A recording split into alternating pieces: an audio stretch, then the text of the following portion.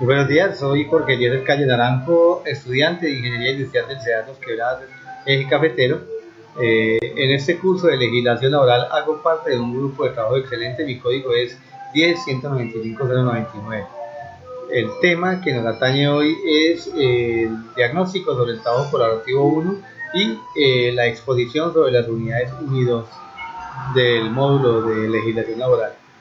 En cuanto al diagnóstico sobre el trabajo colaborativo 1, es un trabajo, o ha sido un trabajo que ha contribuido enormemente en cualificarme sobre los temas más relevantes para liquidar a cualquier persona. Es un mundo jurídico y como tal existen vacíos que deben resolverse en otros escenarios, eso lo sabemos, pero aprendí a tener en cuenta la normatividad y a hacer uso de la herramienta del momento oportuno. Es muy importante decidir sobre ese tipo de actividades en el que el talento humano de una empresa se hace cada vez más interesante y obligatorio. Es el punto de equilibrio para que la productividad tenga efectos positivos dentro de la empresa, eso lo tengo muy claro. En mi caso, la liquidación de prestaciones sociales para compañera de empleado que falleció, en el que hubo que analizar fallos de los tribunales, me pareció que contribuye enormemente al análisis de situaciones de nómina que no ocurren a diario, y en lo de ley nosotros no podemos tomar decisiones sin consultar al abogado de la empresa o al menos tener en cuenta esa jurisprudencia. Me siento con derecho a dar mil gracias por la forma en que condujeron este programa. El tema de las unidades 1 y 2 inicia con las obligaciones y prohibiciones de patronos y trabajadores. En cuanto a las prohibiciones de los trabajadores, ejecutar cualquier acto que pueda poner en peligro su propia seguridad, la de sus compañeros de trabajo y la de las terceras personas, así como la de los establecimientos o lugares en que el trabajo se desempeñe. Es también una prohibición del trabajador faltar al trabajo sin causa justa, sustraer de la empresa o establecimiento útiles de trabajo, materia prima o elaborada. Eso es prácticamente pues ser un ladrón, convertirse en un ratero.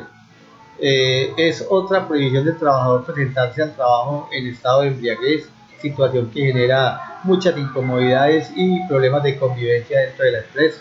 Y es otra prohibición hacer colectas en el establecimiento de lugares de trabajo, ya que esto origina bien sea un enriquecimiento ilícito por parte de la persona que lo ejecute y el manejo de dineros que sabemos que son de procedencia del trabajo de los trabajadores.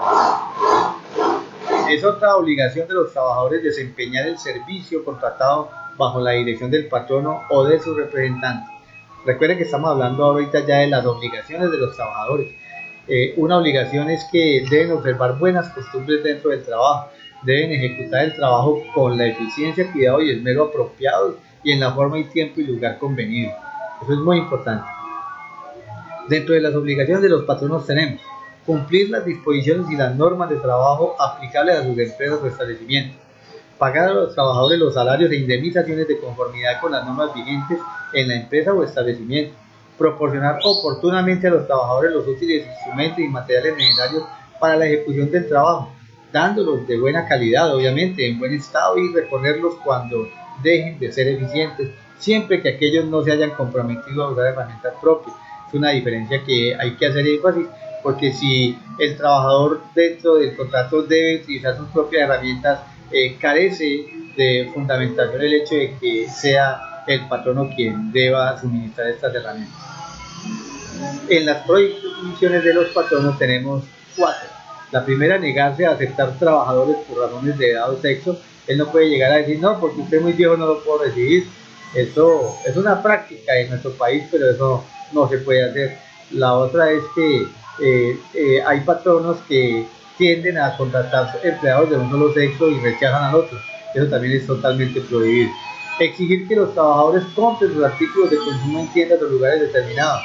La otra es, aunque todavía se ve en algunas ocasiones, patronos que tienen tiendas, que tienen supermercados y mandan a los trabajadores a que compren allí y parte de su sueldo es cancelado desde ese lugar de suministros, de insumos para la canasta familiar.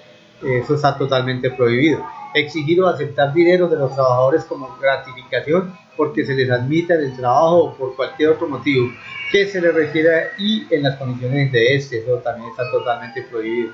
Hay veces que los patronos también hacen autorizar colectas o suscripciones en los establecimientos y lugares de trabajo. totalmente prohibido. En cuanto a la segunda unidad, yo soy asesor de contratación, nómina y afiliaciones en la Seguridad Social, capítulo 1 y 2, recuerden. En este caso del capítulo 2 tenemos la definición del derecho laboral. Sabemos que el derecho laboral, también llamado derecho del trabajo o derecho social, es una rama del derecho cuyos principios y normas jurídicas tienen por objeto la tutela del trabajo humano realizado de forma libre por cuenta ajena en relación de dependencia y a cambio de una contraprestación. Por su parte, el derecho laboral en Colombia está regulado por la Constitución Política del año 1991, donde se decreta el derecho al trabajo como un derecho fundamental para todos los colombianos y este debe ser garantizado por el Estado. En su artículo 25 dice: el trabajo es un derecho y una obligación social y goza en todas sus modalidades de la especial protección del Estado. Toda persona tiene derecho a un trabajo en condiciones dignas y justas. En cuanto al contrato de trabajo, es un acuerdo en virtud del cual una persona natural se obliga a prestar un servicio personal a otra, natural o jurídica como fuera, bajo la continuada subordinación, dependiendo de esa subordinación que esté cumpliendo órdenes e instrucciones y recibiendo por su labor una remuneración. Los contratos de trabajo se clasifican por su forma como verbales y escritos y se clasifican por su duración como contratos a término fijo, término indefinido y transitorio.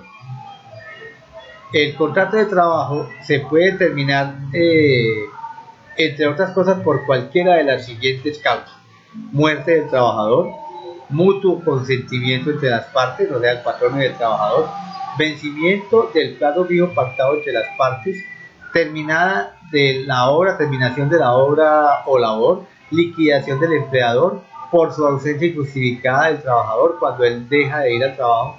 También se puede dar por terminado o finalizado el contrato de trabajo. Tenemos la definición de salario. Se denomina salario al pago que recibe un trabajador de manera periódica por parte del empleador a cambio de la realización del trabajo para el que fue contratado. Constituye salario no solo la remuneración ordinaria, fija o variable, sino todo lo que recibe el trabajador en dinero o en especie como contraprestación directa del servicio, sea cualquiera la forma o denominación en que se adopte, como primas, sobresueldos, bonificaciones habituales, valor del trabajo suplementario de las horas extras, valor del trabajo en días de descanso obligatorio, porcentaje sobre ventas y comisiones, como lo dice el artículo 127 del Código Sustantivo del Trabajo. El salario mínimo, en su artículo 145 de ese mismo Código Sustantivo del Trabajo, establece que todo trabajador tiene derecho a percibir un salario mínimo y suficiente para cubrir las necesidades mínimas de él y de su familia. El salario mínimo es fijado cada uno por año, por decreto, aunque se ha intentado fijarlo por acuerdo entre Estado, empresarios y sindicatos, pero muy pocas veces se ha seguido siempre el salario mínimo se fija por decreto. El impuesto a la renta para la equidad, hoy llamado el CREE, a partir del 1 de mayo del 2013, se crea la retención en la fuente a título de CREE. Es una nueva retención establecida en la Ley 1607 del 2012. El CREE, o impuesto a la renta para la equidad, es un impuesto de carácter nacional.